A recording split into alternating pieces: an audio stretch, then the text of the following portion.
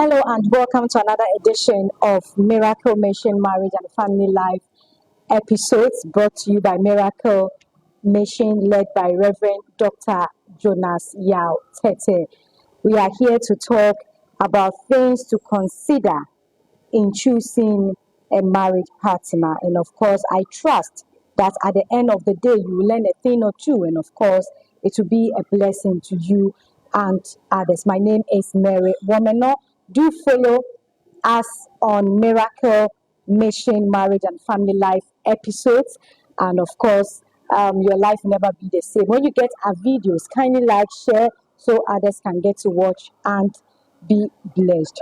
Reverend Jonas Tetteh has been married for the past 33 years and he has good insights into marriage and family life issues. He's also a member of Ghana Academy of Christian Counselors, GACC, and has been certified by the Ghana Psychology Council. Reverend Jonas Yao Tetteh, it's great to have you once again on another episode. Thank you very much for another episode. How do you do? Great. God has been good to us. We thank God. We thank God for your life. Last episode, we learned a lot about marriage. And of course, it was clear that it's something that God instituted. And you said something when we were about wrapping up. You said, when you get the opportunity to marry, just marry. Yeah.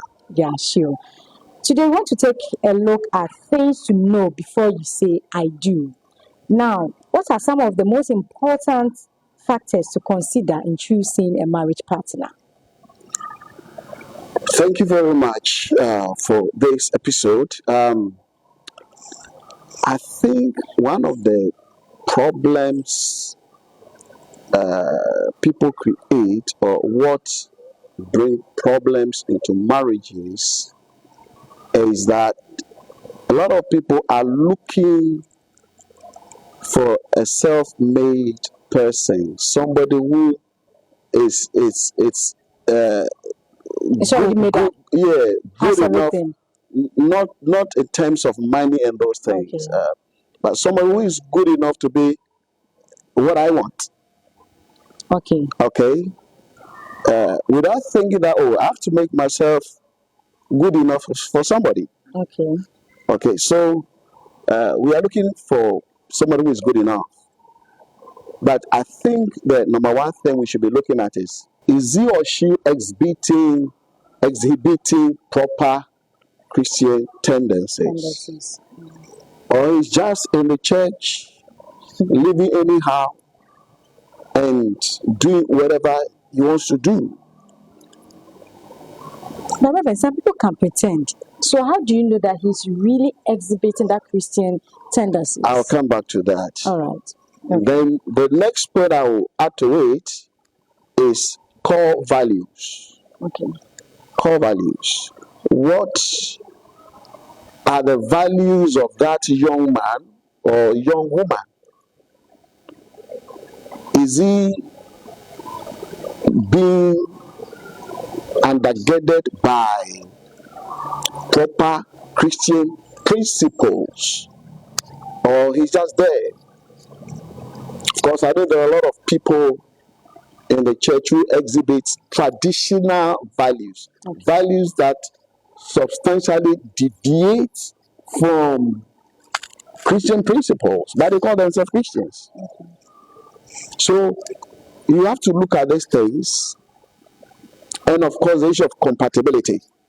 Yeah. If you're talking about compatibility, you're talking about being on the same level. Okay. So those are the things that are very, very important that one must look at before making the move into a relationship. Now, back to your question that there are hypocrites in the church. Yeah, there are hypocrites in the church, and they will continue to be there. But you who is going in for somebody who is coming to be part of your future, you need to be careful. You need to be careful. How do you get that discernment? Because sometimes it becomes so difficult. The person, is holier than that. The person, you see that the person is so close to God, but you end up marrying that person is a different thing altogether. Yes. The Bible says watch and pray. Jesus said watch and pray. So if you're interested in somebody, you need to take an extra mile to watch the person and pray as well. You can't just go in for somebody because the person is all over praying, shouting, doing things. No, you need to watch the person closely when he's not in the church, The things he does. the things he does. Okay. People that he's close to can give you some informal cues about the person. So there are hypocrites there, but What's okay. about the person's background, family background? Is it also important that we also throw a spotlight on that area? Yeah, it is important, but at times the family background may not affect the individual. Okay, for instance, I come from a family where there's serious physical abuse in marriage, right? Serious physical abuse, where a person can take a cane or a belt and beat up the wife. Okay, but some of us from the same family have never touched our wives.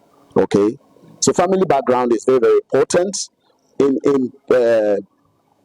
professional counseling, we deal with family background, but I want you to know that it is not everybody that family background affects. Oh, okay. Yeah. How crucial is effective communication in choosing a marriage partner? Because you would agree with me that communication is key in human endeavor. We can't do away without communication. So how crucial is effective communication in choosing I think you've answered your a own marriage question. partner? You are the experts here, so add more to what I have said. No, you cannot do anything without communication, verbal or non-verbal. Okay. Okay, so you must learn how to communicate. Okay, those are some of the things that we teach in professional premarital counseling. Okay, you are taught to communicate properly, because if we don't communicate properly, you are going to create too much problems for yourself. Now, when I say something, right, the interpretation you give to what I say is Yes. is the truth to you, Okay. right? But you may not be saying what I have said. Okay, Okay. so it is very very important that what I am saying is clear enough for you not to misinterpret it or misrepresent it. Okay, Okay. whatever I'm saying to you must be clear. So that is why we learn how to do effective communication. Now, you who is also receiving at the receiving end of Thank my signal or communication, you should also know that it is possible you misinterpret what is coming to you. So when I say something to you and you are not very clear with it, you don't give it meaning. You get back to me and ask me, is this what you are saying? Okay. Do you mean this? If I say yes, then you are right. If I But say I don't no, conclude. yes. I'm not supposed to conclude. No. Okay. If I say no, then you tell me that say exactly what you want to say. Okay. Okay.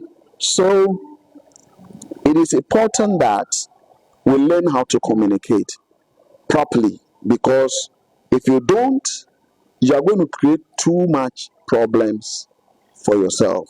If I say something you don't understand, don't conclude. Ask me, is this what you mean? If I say yes, then that is what it means. If I say no, then expect me to explain it further to you. All right.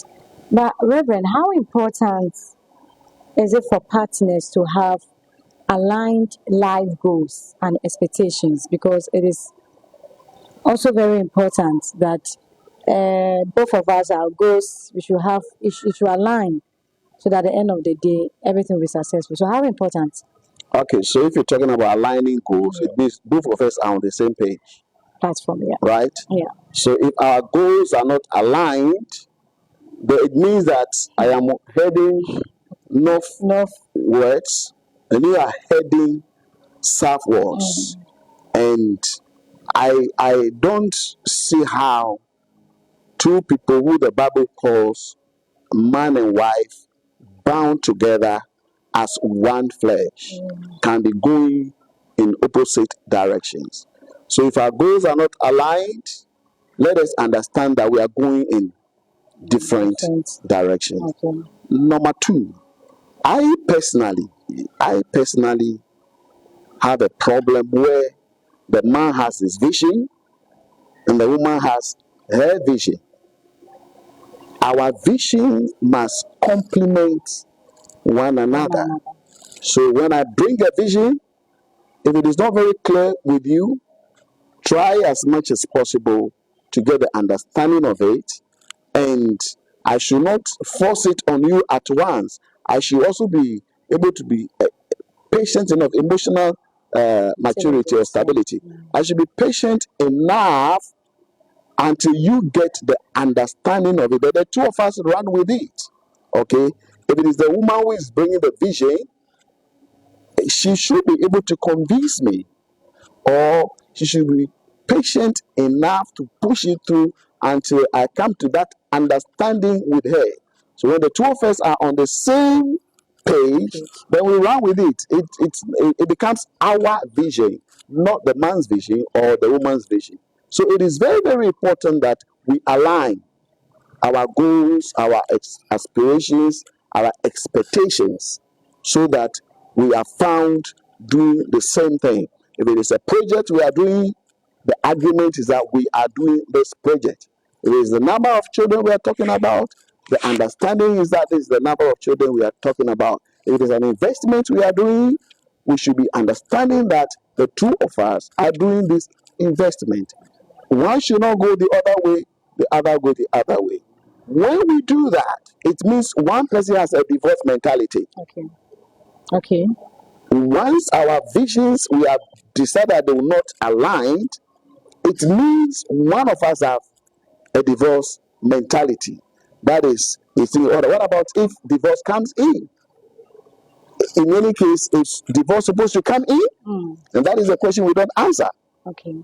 So we must make sure that we align our goals and be on the same page and grow with it. Before we say I do. No, you are not talking about when we are there. No, before you say I do, yes. Yes, that mentality should be there. Okay. That we are going to align together. Okay. Okay, and during courtship, we should be able to discuss these things thoroughly and agree that this is what we are going to do. We are not going to live in a relationship where the man is going the other way, the woman is going the other way. The children are left in the middle to be struggling. Okay. That shouldn't be the case. All right. Reverend, your final words to viewers as far as considering things before you finally get into marriage. My final words: every young man, every young woman should make himself, herself ready for the other person. You don't say that I'm looking for a woman who is an angel. Be the angel yourself. Number two, communication is very crucial. Okay. When I say something and you don't understand, ask me, what am I saying? These are things we need to know and learn before we even go there. We must be emotionally stable. If I know how to self-control myself, when I go into that marriage and there is an issue, I'll still control myself. If I don't know how to control myself and I go in there, I am going to be slapping somebody's daughter, right? Core value. What is the value of this person. Like somebody told me, in our house, nobody marries one woman.